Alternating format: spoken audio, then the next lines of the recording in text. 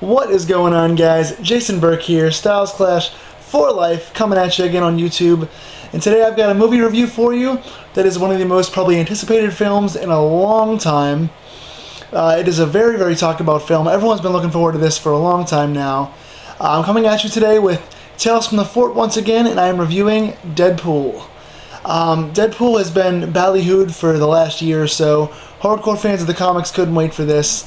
And I've got to say, I'm a DC guy. I love Batman and Arrow and Flash, and I'm much more now into the TV shows than I am into a lot of the comic movies. A lot of them don't really resonate with me anymore. As far as Marvel goes, I haven't been really into many Marvel films at all, except for like Spider-Man. Other than that, I was always disappointed by Marvel films. I'm not big into the X-Men, the Avengers, stuff like that. Until now, I gotta say, Deadpool delivered on all fronts. Before I even get into the review, I've got to say, it's probably the best superhero film I've ever seen in my entire life. And not only that, but also probably one of the best overall films that I've seen in a long time, a couple of years at least. So, very good film. There are going to be spoilers in this movie, not many I guess, but there will be some.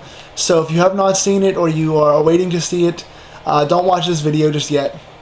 But all in all, it's basically Ryan Reynolds playing Deadpool. I've got my notes here, I'll be looking to the side. But Ryan Reynolds playing Deadpool with tons of charisma, tons of good jokes, just kept it funny the entire time, mixed some vulgarity in with some irony, had me laughing out loud for a lot of the movie, which I don't very often do. And again, this movie had a lot of layers to it. It was a buddy comedy with best friends with T.J. Miller's character, which was Weasel, the best friend in the bar. They had a lot of good best friend moments. You had Vanessa, the girlfriend, and Ryan Reynolds' character, Deadpool, doing the love interest thing, the romance story. And you also had plenty of action, plenty of revenge, plenty of high-speed chase, acrobatics, lots of shooting, lots of killing.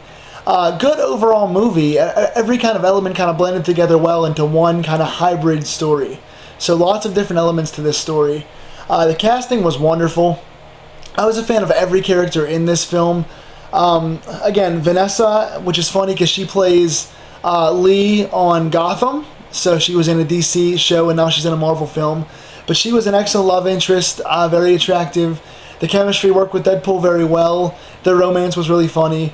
Gina Carano was Angel Dust. She was one of the main villains. Mixed martial arts fighter. If you guys know my love for mixed martial arts, I love Gina Carano.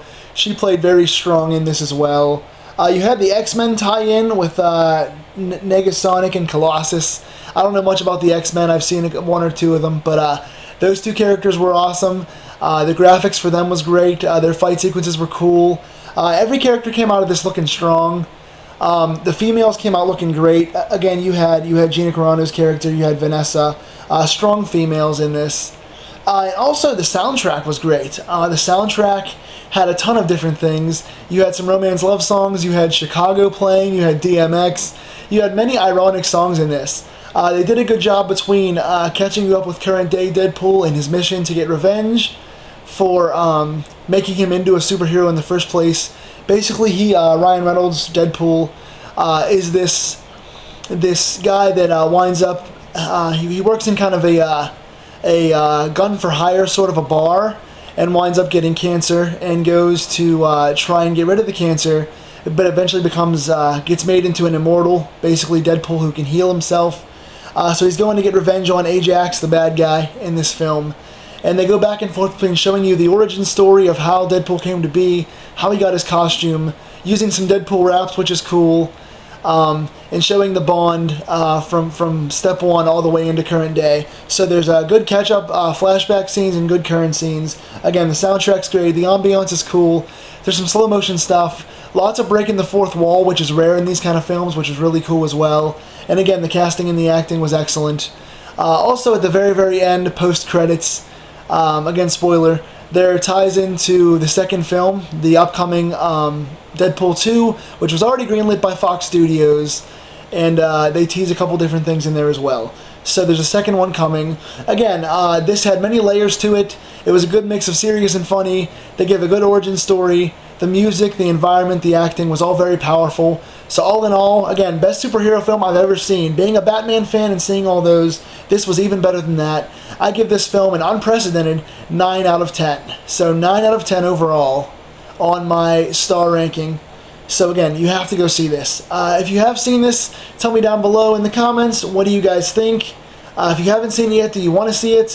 What else are you looking forward to from superhero stuff? I can't wait for Batman vs. Superman. I'm excited for that. I can't wait for Suicide Squad. I'm excited for that. So again, what are you guys looking forward to? What do you think of Deadpool? Tell me down below. Until then, guys, this has been Tales from the Fort. Stay scared, be safe, lock your doors, dim the lights, and enjoy the movies. I will see you next time.